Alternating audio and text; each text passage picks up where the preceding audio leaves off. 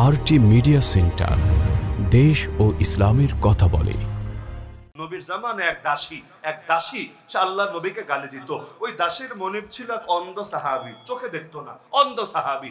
যেহেতু চোখে দেখতো না, তাহলে সে স্বাভাবিকভাবে আরেকজনের উপর নির্ভর করে চলা লাগতো। তো এই দাসী ছিল অন্ধের লাঠি আর কি, তার সব কাজ করে দিত এবং তিনিও দাসীকে মন প্রাণ দিয়ে ভালোবাসতেন। তো যখন তার কানে আসলো যে আল্লাহ তো তার কাব্য প্রতিভা দিয়েছিলেন, কিন্তু ভালো কাজে না লাগিয়ে যোগ্যতা খারাপ কাজে লাগালো। ওই তসলিমা নাসরিনদের মতো আর কি, যোগ্যতা আল্লাহ দেন কিন্তু এই লাইনে না লাগিয়ে ওই লাইনে লাগায়। তো দেখা যাচ্ছে আল্লাহ যোগ্যতা দিয়েছে কিন্তু ভালো কাজে না লাগিয়ে মন্দ কাজে লাগালো, নবীরা গালিগালাজ করলো। একদিন সতর্ক করে দিল, খবরদার দ্বিতীয়বার যদি কখনো নবীর সামনে গালিগালাজ করিস, ওই দিন হবে তোর শেষ দিন। দাসী ভেবেছে আরে যত গর্জে তত বর্ষে না, হুমকি একটা দিয়েছে, আরে কি করবে অন্ধ বেটা, আর আমার সঙ্গে পারবে? অন্ধ কেমনে মারবে আমারে, চোখেই তো দেখে না। আর ভেবেছে আরে যতই হোক আমার মনিত্ব, আমি যুবতী দাসী, খুশি করে ফেলবে একভাবে না একভাবে, বিছানায় নিয়ে তারা রাজি খুশি বানিয়ে দিবে, আর মনে কোনো কষ্ট টষ্ট থাকবে না। কিন্তু বোঝে নাই যে মুসলমান সব ব্যাপারে আপোষ করলেও এই ব্যাপারে আপোষ করতে পারে না। তো একদিন তিনি আবার শুনলেন যে সেই দাসীটা আল্লাহ নবীর সামনে পুনরায় কবিতা বলে ব্যঙ্গ করেছে। এবার সিদ্ধান্ত নিলেন, তোর মতো দাসীরা দুনিয়ার বাঁচিয়ে রাখবো না, কারণ অর্নিং যা দেওয়ার ছিল আগে দিয়েছি, কাজ হয় নাই, তো সোজা আঙ্গুলে ঘি যেহেতু ওঠে নাই, আঙ্গুল তো বাঁকা করাই লাগবে। কিন্তু তিনি তো চোখে দেখেন না, এখন যদি ছুরি নিয়েও যান তার কাছে, উল্টো তারে মেরে ফেলতে পারে। এখন কি হবে? তিনি একদিন অপেক্ষায় থাকলেন, আগে তুই ঘুমা। দাসী ঘুমালো, তিনি তার পাশে গিয়ে বিছানায় বসলেন, খঞ্জর ছিল হাতে, কাজ যা করার তা করে ফেললেন। সকালবেলা আল্লাহ নবীর দরবারে মজলিসে নিজে এসে উপস্থিত হলেন। সাহাবীরা বিচার উঠালো, ইয়া রাসূলুল্লাহ, মদিনার মধ্যে একটা খুন ঘটেছে, একটা হত্যাকাণ্ড ঘটেছে, একটা দাসীকে কে বা কারা যেন হত্যা করে ফেলেছে। আল্লাহ নবীর সামনে যখন এই বিচার উঠলো, আল্লাহ নবীও তখন একটু পেরেশান, কি বলো মদিনার মধ্যে হত্যা হয়েছে, খুন হয়েছে? সেই অন্ধ সাহাবী হাত উঠালো, ইয়া রাসূলুল্লাহ আমার কিছু বলার আছে। নবী বলেন, কাছে আসো, কি বলবো বলো। সামনে গিয়ে বললো, ইয়া রাসূলুল্লাহ আমি নিজে জেনে বুঝে সচেতন ভাবে স্বপ্রণোদিত হয়ে কারো কোনো উস্কানি ছাড়া, ইন্ধন ছাড়া ইচ্ছাকৃত ভাবে ওই দাসীটাকে দুনিয়া থেকে বিদায় করেছি। কেন? কারণ সে আপনাকে গালি দিয়েছে, আপনার শানে কটূক্তি করেছে। যে আপনার শানে কটূক্তি করে ও পৃথিবীর বুকে বেঁচে থাকবে, এটা আমি চাইনি। আল্লাহ রসুলকে এবার বললেন, ইয়া রাসূলুল্লাহ আমার জান কোরবান হোক আপনার জন্য, আপনি যদি এবার মৃত্যুদণ্ডের রায় দেন আমার ব্যাপারে, আলহামদুলিল্লাহ আমি খুশি আছি। আমি এটা সৌভাগ্যের বিষয় মনে করি যে নবীর ইজ্জত হেফাজতের জন্য আমার জান কোরবান হচ্ছে। আমার হাজার জান যদি কোরবান করা লাগতো, তবুও আমি এরকম দাসীকে পৃথিবীতে থাকতে দিতাম না, ওরে জাহান্নামে পৌঁছে দিতাম। আল্লাহ নবী এটা শুনলেন, সাহাবীরাও শুনলেন। আল্লাহ নবী সাল্লাল্লাহু আলাইহি ওয়াসাল্লাম সঙ্গে সঙ্গে বললেন, আরে তুমি চলে যাও, তোমাকে কোনো শাস্তি দেওয়া হবে না। দামুহা হাদার, এই দাসীর রক্তের কোনো দামই নাই, কোনো মূল্যই নাই। এবং এটা এতটা স্পষ্ট মাসআলা, লা ইয়ানতাতুহু ফিহা আনাজান, মানুষ তো মানুষ, দুইটা ছাগলও এই ব্যাপারে গুতগুতি করবে না। মানে এই মাসালা নিয়ে কেউ দ্বিমত কোনোদিনও করবে না। এমনকি আবু জাহালকে যেই দুই পিচ্চি বাচ্চা মেরেছিল, জানেন তো ঘটনা। আল্লাহর কি আজীব কুদরত, আল্লাহ চাইলে নবী ইব্রাহিমের হাতে নমরুদরে মারাতে পারেন, কিন্তু নবী ইব্রাহিমের হাতে না মারিয়ে ল্যাংড়া মশা দিয়ে মারেন। আল্লাহ চাইলে নবী মুসার হাতে ফেরাউনের কচুকাটা করতে পারেন, আল্লাহ নবী মুসার হাতে না করে সাগরে চুবিয়ে চুবিয়ে মারেন।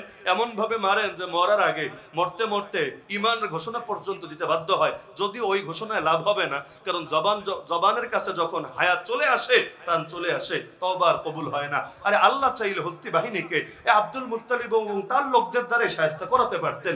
আল্লাহ এমন আবাবিল পাঠালেন যে আবাবিল তাদেরকে নিশ্চিহ্ন করে দিল, সবগুলোকে সমূলে বরবাদ করে দিল। এমনকি আবু জাহালের মতো লোক আল্লাহ চাইলে তাকে কত বড় বীর সাহাবীর হাতে শেষ করাতে পারতেন। ওমরের মতো সাহাবী ছিল, আর কত বড় বীর সাহাবী ছিল, তাদের হাতে শেষ করাতে পারতেন। কিন্তু আল্লাহ দুইটা বাচ্চা সাহাবীর হাতে ওরে শেষ করেছেন। যেই দুই বাচ্চা সাহাবী ওর উপর চড়াও হয়েছে, এদের ঘটনা বুখারী শরীফের মধ্যে আছে। তারা বলেছে আব্দুর রহমান বিন আওফ রাদিয়াল্লাহু আনহুকে, হে চাচা আমাদেরকে দেখিয়ে দেন আবু জাহালকে। তিনি দেখাতে চাচ্ছিলেন না। তিনি জিজ্ঞাসা করলেন, ভাতিজা আবু জাহালকে দেখে কি করবা? আর এটা ছেলে খেলা না, এটা যুদ্ধ, আর সে যুদ্ধের সেনাপতি, কুরাইশের সর্দার। তারা দুজন জবাব দিয়েছে, চাচা শুনেছি সে আল্লাহর নবীকে গালি দেয়, ভিন্ন কোনো কারণ নাই। শুনেছি সে আল্লাহর নবীকে গালি দেয়, আল্লাহর নামে কসম করেছি একবার যদি ওর দেখা পাই, হয়তো ও বাঁচবে, না হলে আমরা বাঁচবো।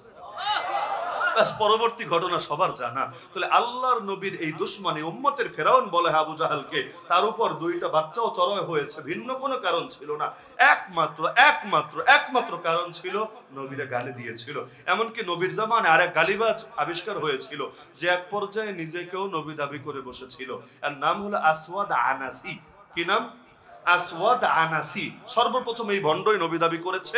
এরপর দ্বিতীয়টা ছিল মুসাইলিমা, লোকে আবার বলে মুসাইলামা, এটা ভুল, মুসাইলিমা কাযযাব। এই মুসাইলিমা ছিল 2 নম্বর আর আসওয়াদ আনাসি ছিল 1 নম্বর। তো নিজেকে নবী দাবি করেছে তো করেছে, এবার যুদ্ধ করে করে এলাকা থেকে এলাকাও দখল করতে শুরু করেছে।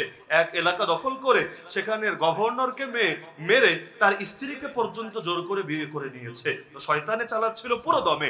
আল্লাহর নবী একটা চিঠি লিখে পাঠালেন ফাইরুজ নামের এক সাহাবীকে, যে হে সাহাবী ফাইরুজ, তোমার উপরে বিষয়টা ন্যস্ত করলাম, তুমি বোঝো ওরে কিভাবে শায়েস্তা করা যাবে। ফাইরুজ রাদিয়াল্লাহু আনহু চিঠি পাওয়ার পর অস্থির হয়ে গেলেন, যে কোনো ভাবে ওরে শায়েস্তা করতে হবে, কিন্তু কিভাবে করবেন? ভণ্ড হলেও সবসময় প্রোটোকলের মধ্যে তো থাকে, বাংলাদেশের ভণ্ডদের মতো আর কি। হক্কানীদের প্রোটোকল লাগে না, হকপন্থী আলেম ওলামারা চলে, সারা দেশের মধ্যে চলে। সামনে পুলিশ থাকে কয়েক গাড়ি, তাই না? পেছনে আর্মি তো 2-4 গাড়ি থাকেই। তাদের সঙ্গে বিশেষ এসএসএফ এর সদস্য অথবা একেবারে কারাতে কুংফুতে ব্ল্যাক বেল্ট পাওয়া বিভিন্ন এরকম ট্রেন্ড লোক তো থাকে হুজুরদের সাথে, নাকি?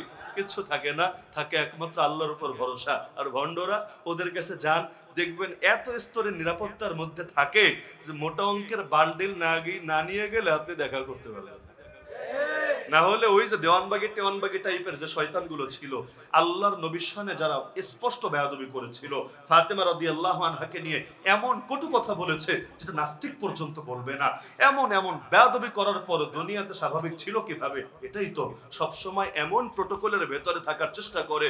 ওরাও জানে মুসলমান চান্স পেলে চান্সার হাতছাড়া করবে না। না হলে ধরেন না, আমরা মাহফিলে গেল একদিন 2 দিন আগেই মানুষ জানে, বা অনেক দিন আগ থেকে মানুষ জানে অমুক দিন অমুক টাইমে হুজুর আসবে, কিন্তু আসাদ নূরদের কি সাহস হয় কোথায় আছে, কোথায় যাচ্ছে, কবে কি করছে না করছে এই তথ্যগুলো প্রকাশ করার? কেন রে ভাই, হুজুরদের চাইতে কি তোমরা বড় কথা বলো, গরম কথা বলো না? কি বলে ওরা? ইসলামরে গালি দেওয়া ছাড়া ওদের অবদান কি? মানে সমাজের জন্য ওদের কাজ কি? ওদেরকে লোকে অনেকে বিজ্ঞান মনস্ক বলে, মরলে বলে আরে অমুক বিজ্ঞান মনস্ক লেখক, তমুক বিজ্ঞান মনস্ক লেখক। আরে বিজ্ঞান কারে বলে? বিজ্ঞানের করেছোটা কি? ইসলামরা গালি দিতে পারলে বিজ্ঞান হয়, ইসলাম নিয়ে কটূক্তি করতে পারলে সুশীলগিরি হয়। নাউযুবিল্লাহি মিন যালিক। তাহলে দেখা যাচ্ছে আসওয়াদ আনাসি এমন প্রোটোকলে ছিল, সাহাবীর পক্ষে চাইলেও সম্ভব না তার কাছে ফেরা। তিনি এবার সুযোগ খুঁজতে লাগলেন কিভাবে কি করা যায়। অবশেষে তিনি তথ্য পেলেন, ওই গভর্নরকে মেরে যাকে জোর করে বিয়ে করেছে সে হলো এই সাহাবীর চাচাতো বোন। এবার ভাবলেন এই সুযোগটা দেখে কাজে লাগানো যায় কিনা। গোপনে গোপনে